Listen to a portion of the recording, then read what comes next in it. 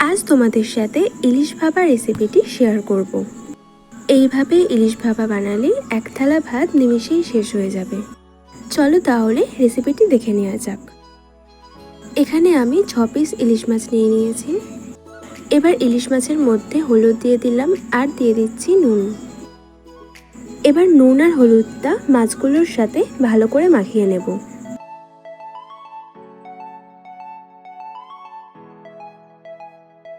এরপর একটা বাটি নিয়ে নিয়েছি। এর মধ্যে দিয়ে দিচ্ছি 2 চামচ কালো সর্ষে, দিয়ে দিচ্ছি 2 চামচ সাদা সর্ষে আর 5-6টা মতো কাঁচা লঙ্কা আর কিছুটা জল দিয়ে দিলাম। এখন একটা চামচ দিয়ে ভালো করে মিশিয়ে নিচ্ছি। এবার এই সমস্ত কিছু একসাথে পেস্ট করে নেব। পেস্ট করে নেওয়া হয়ে গেছে। এখন এটাকে একটা টিফিন বক্সের মধ্যে ঢেলে নিচ্ছি। আর এই টিফিন বক্সটাতেই আমি ইলিশ ভাপাটা তৈরি করব। আর মিক্সির বাটিটা একটু ধুয়ে নিয়ে দিয়ে দিলাম। আবারও একটু জল দিয়ে দিচ্ছি। এবার একটা চামচ দিয়ে সর্ষে আর কাঁচা লঙ্কার পেস্টের সাথে জলটাকে ভালো করে মিশিয়ে নিচ্ছি।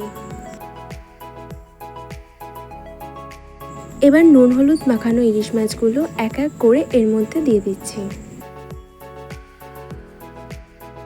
আবারও দিয়ে দেব 7-8টার মতো কাঁচা লঙ্কা।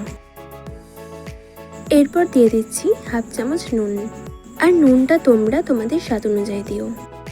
আর সবশেষে এর উপর দিয়ে দিচ্ছি কিছুটা কাঁচা সর্ষের তেল।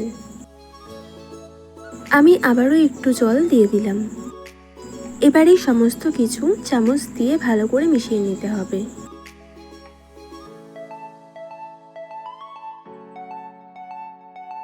ভালো করে মেশানো হয়ে গেছে। এখন টিফিন বক্সের ঢাকনাটা আটকে দিলাম।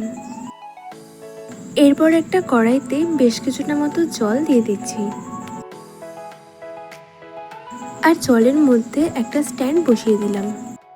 এবার টিফিন বক্সটা এই স্ট্যান্ডটার উপরে রেখে দিচ্ছি। গ্যাসের ফ্লেমটা মিডিয়ামে রেখে দিয়ে ঢাকা দিয়ে রাখবো। 35 থেকে 40 মিনিট পর আমি ঢাকনাটা খুলে নিলাম। এবার এটাকে নামিয়ে নেব। এটা ঠান্ডা হয়ে যাওয়ার পর এখন আমি টিফিন বক্সের ঢাকনাটা খুলে নিলাম। ইলিশ ভাপা তৈরি হয়ে গেছে। রেসিপিটি তোমাদের ভালো লাগলে ভিডিওতে একটা লাইক, কমেন্ট আর শেয়ার করে দিও। এই ভিডিওটি তোমরা যদি ফেসবুক থেকে দেখে থাকো তাহলে আমার ফেসবুক পেজটি ফলো করে নিও। আর ইউটিউব থেকে দেখলে আমার চ্যানেলটি সাবস্ক্রাইব অবশ্যই করে দিও।